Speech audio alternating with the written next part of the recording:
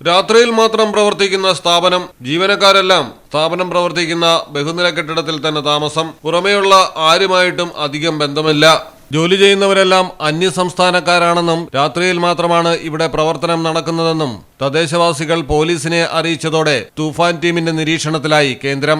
Police കയറി പരിശോധിച്ചപ്പോൾ കാണുന്നത് കെട്ടിടത്തിന്റെ 3-ാം നിലയിൽ തികച്ചും ദുരൂഹ സാഹചര്യത്തിൽ പ്രവർത്തിക്കുന്ന ഓഫീസ് മുറി.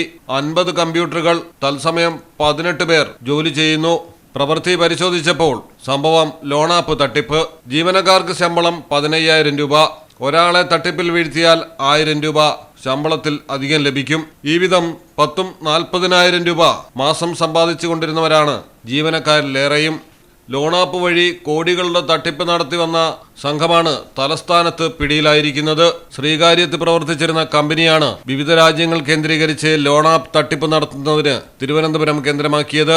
തട്ടിപ്പിലിരയായവരിൽ കൂടുതലും അമേരിക്കക്കാരാണ്. പിടിയിലായ 18 പേരും ഉത്തരേന്ത്യക്കാർ.